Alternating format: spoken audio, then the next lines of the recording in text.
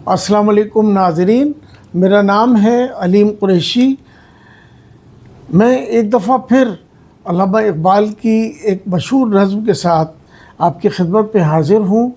ये नज़्म ज़रब कलीम में सफ़ा नंबर 49 पर मौजूद है और इस नज़्म का उन्वान है इमामत। इस नज़्म में अल्लामा इक़बाल ने कुरान हकीम से की तालीमात से, अहादीस से वो औसाफ निकाले हैं जो एक इमाम में, लीडर में होने चाहिए। यानी लीडरशिप किस तरह की होनी चाहिए, किस तरह के लीडर, किस तरह के इमाम के पीछे हमें चलना चाहिए। इमाम वो होता है कि जिसकी पैरवी की जाए, जिसके पीछे चला जाए। लीडर वो होता है जिसके पीछे चला जाए, जिसके पैरवी की जाए। लीडरशिप या लीडर हमारा सियासी लीडर भी हो सकता है और हमारा दीनी लीडर भी हो सकता है। दोनों यहाँ पर मुराद हैं। और ये औसाफ जो अल्लामा इक़बाल ने इमामत के बयान फरमाए हैं, इस पर कभी तफसील से जो है इसकी शरह रखने की कोशिश करूँगा। अभी तो ये नज़्म ही आपके नज़र कर रहा हूँ।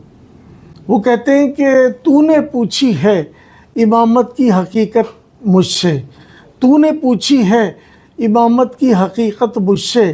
हक़ तुझे मेरी तरह साहिबे असरार करे, है वही तेरे ज़माने का इमाम बरहक़, जो तुझे हाजिर व मौजूद से बेजार करे। मौत के आईने में तुझको दिखाकर रुख़ दोस्त, ज़िंदगी तेरे लिए और भी दुश्वार करे। दे के एहसासे ज़िया तेरा लहू गरमा दे, फ़क्र की सान चढ़ा कर तुझे तलवार करे। फितरह मिल्लत बैज़ा है इमामत उसकी, जो मुसलमान को सलातीन का परस्तार करे। क्या ज़बरदस्त नज़्म है।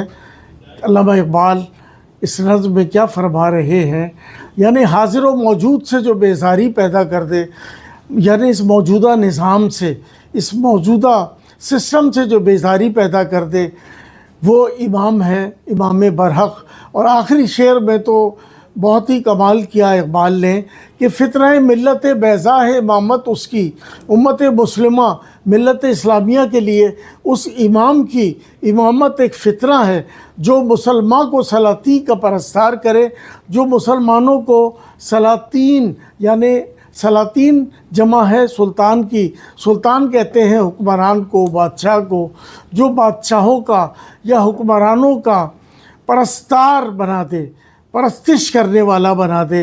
अब परस्तिश कौन सी होती है? परस्तिश ऐसी नहीं होती कि हम अपने हुक्मरान को सजदा करते हैं, उसकी इबादत करते हैं इस मानों में कि जिस तरह परस्तिश की जाती है, बल्कि परस्तिश का मफ़हूम वही है कि जो कुरान हकीम ने हमें दिया है। सूरतुल मोमिनून में आता है बिस्मिल्लाहिर्रहमानिर्रहीम, जब हज़रत मूसा अलैहिस्सलाम और हारून अलैहिस्सलाम को हुक्म दिया कि फ़िरौन को दावत दो, तो वो दोनों जाते हैं और जाके, जिसमें से एक रसूल है, एक नबी है, और जाके फ़िरौन के सामने दावत देते हैं और ईमान लाने की दावत देते हैं और उसे इस कायल करने की कोशिश करते हैं। तो फ़िरौन ने अपने दरबारियों के साथ मिल के ये जुमला कहा जो बड़े सुनहरी हरूफ में लिखे जाने के मुतरादिफ है, और कुरान हकीम ने इस जुमले को महफूज कर लिया। इससे आपको परस्तिश, परस्तार, ये सब कुछ समझ में आ जाएगा। इबादत का कॉन्सेप्ट क्या होना चाहिए वो भी आपको इस जुमले के अंदर, जो सूरतुल मोमिनून के अंदर अल्लाह ताला ने बयान फरमाया है। फ़िरौन ये कहता है कि अनोमिनो लिबशरैन मिसलना, क्या हम इन दो बशरों की पर ईमान ले आएँ या इनकी इताअत कर लें। मिसलना, जो हमारे ही तरह के दो इंसान हैं। व कौमो हुमा, हालांकि इन दोनों की कौम लना आबिदून, हमारी इबादत गुजार है, हमारी आबिद है, हमें हमारी परस्तिश करती है, इबादत करती है। तो क्या फ़िरौन को लोग परस्तिश करते थे? बनी इसराइल उसकी परस्तिश करती थी, सजदा करती थी, रुकू करती थी, क़याम करती थी? नहीं, उसके निज़ाम पर चलते थे। एक तो वो लोग थे जो उसके निज़ाम पर चलते थे, दूसरे वो लोग थे कि जो उसका निज़ाम कायम था उसको बदलने की कोशिश नहीं करते थे। वो भी दर हकीकत उसी इबादत के अंदर आए। तो इबादत का मफ़हूम वही हुआ, यानी हम अपने इस वक्त भी हम अगर अपने हुक्मरानों की को यानी इस निज़ाम से बेजार हमारा इमाम हमें नहीं कर रहा, हमारा लीडर हमें बेजारी पैदा नहीं कर रहा, तो वो लीडर नहीं है। और अभी भी अगर हम टांगे फैला के सोते हैं, इस निज़ाम को बदलने की कोशिश नहीं करते, तो दर हकीकत हम आबिद हैं, इबादत गुजार हैं इस निज़ाम के। फ़िरौन ने कहा था अना रब्बुकुमुल आला, वो इस मानों में नहीं कहा था कि मैं तुम्हारा रब्बे आला हूँ। वो खुद जानता था कि उसको भी पैदा करने वाला है खालिक है, जिससे उसको पैदा किया है, वो भी पैदाइश है। तो कहने का मतलब ये है कि हमें इस इबादत के कॉन्सेप्ट को समझना चाहिए जो अल्लामा इकबाल ने इस मुकाम पर बयान फरमाया है। मैं समझता हूँ कि हमें इस चीज़ को हम समझेंगे और इस पर अमल करने की कोशिश करेंगे।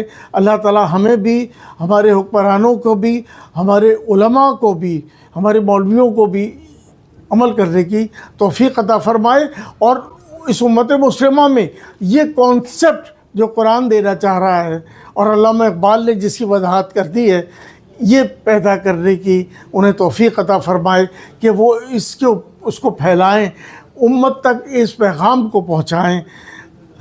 अस्सलाम वालेकुम व रहमतुल्लाहि व बरकातहू। मिलते हैं अगले नज़्म के साथ।